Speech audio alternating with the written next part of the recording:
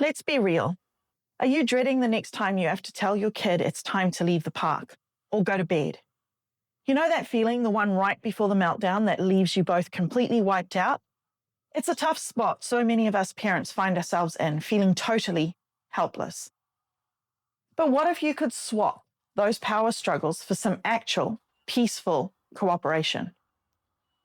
I have a simple 3-step routine that does more than just manage behavior. It actually builds a stronger connection with your kid today. Today, I'm breaking down exactly how to make those transitions smooth and, yes, even tear-free. So stick around. Why transitions are so hard. So, first things first, let's talk about the why. Why are transitions just so hard for little kids? I promise it's not because they're trying to push your buttons. It all comes down to brain development. Toddlers and preschoolers are the ultimate live-in-the-moment people. They have zero concept of time. 5 more minutes might as well be next year. So, when they're deep in concentration, building that epic Lego tower, and we ask them to stop, it feels jarring. It's like someone telling you to pack up and leave in the middle of a vacation you've been waiting for all year. Ouch. Their executive functions, the part of the brain that helps us plan, switch gears, keep our emotions in check, are basically a construction zone right now. So when we drop a sudden time to go bomb, their brains just can't keep up. The result? Total meltdown city. But when we get this, it helps us shift from feeling frustrated to feeling compassionate. This isn't a discipline issue, it's a developmental thing. The 3-step calm routine. So, how do we help them cross that bridge? We use a simple, predictable 3-step routine I call the calm changeover. It's just preview, connect, and guide. This simple framework gives them the predictability and emotional safety they need to handle change without falling apart. Step 1, preview. Step 1 is to preview. Think about it. You wouldn't just yank a friend out of a movie they're loving, right? You'd give them a heads up. Our kids deserve that same courtesy. Giving them advance notice is the key to helping them get ready for what's next. This is all about the countdowns. Start with a 5-minute warning, then a 2-minute warning. Just, hey, in 5 minutes, we're going to say goodbye to the swings. For little ones who can't tell time, visual timers are a game changer because they can see the time disappearing. The point isn't for them to grasp what 5 minutes really means, but to learn that the warning means a change is on the horizon. It gives them a second to wrap up what they're doing and mentally prepare to move on. Step 2, connect. Step 2, and this is arguably the most important one, is to connect. When we just command our kids, they feel controlled, and that's when they dig their heels in. Your mission here is to get on their team.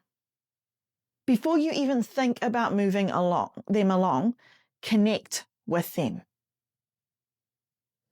Get down on their level, use a soft voice, and acknowledge how they feel. Something as simple as, I know it's hard to stop playing. This is so much fun, can make all the difference. This little bit of empathy shows them you get it. And let's be clear, this isn't giving in. It's just seeing them. This is also the perfect spot for a little transition ritual. A ritual is just a consistent, predictable thing you always do to signal a change. It could be a silly handshake, a special high five, or belting out a cleanup song together. These little routines become comforting and start to create a positive vibe around the whole act of switching gears. Hey, if you think this is clicking for you and you want more ways to bring a little more peace into your parenting, go ahead and subscribe and ring that bell so you don't miss what's coming next. Step 3, guide. Okay, so you've previewed the change and made that connection. The last step is to guide. This is where you hand back a little bit of power by offering a limited choice. Seriously, this is the secret sauce for getting cooperation. Instead of barking an order like, put your shoes on now, you offer 2 choices that you are totally fine with. For example, all right, time to go. Do you want to stomp to the car like a T-Rex or fly like a superhero? At bedtime, it could be PJs first or teeth first. See what we did there? Both choices lead to the same result. You're still leaving. Bedtime is still happening. But by giving them a say in how it goes down, you give them a sense of control. This one little trick can slash power struggles like you wouldn't believe. The golden rule, though, is to only offer choices you can actually live with. And that's it. The 3-step calm routine. Preview the change, connect with their heart, and guide them with choices. Now remember, consistency is everything here. The first few times you try this, it might be a little clunky, and that's totally okay. We're building new habits, and that takes time. But when you stick with it, you're not just getting out the door without a fight.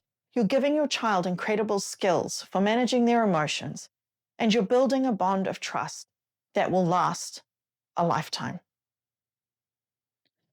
I'd love to hear from you. What are your biggest transition nightmares? Drop them in the comments below. Let's help each other out on this wild ride of parenting.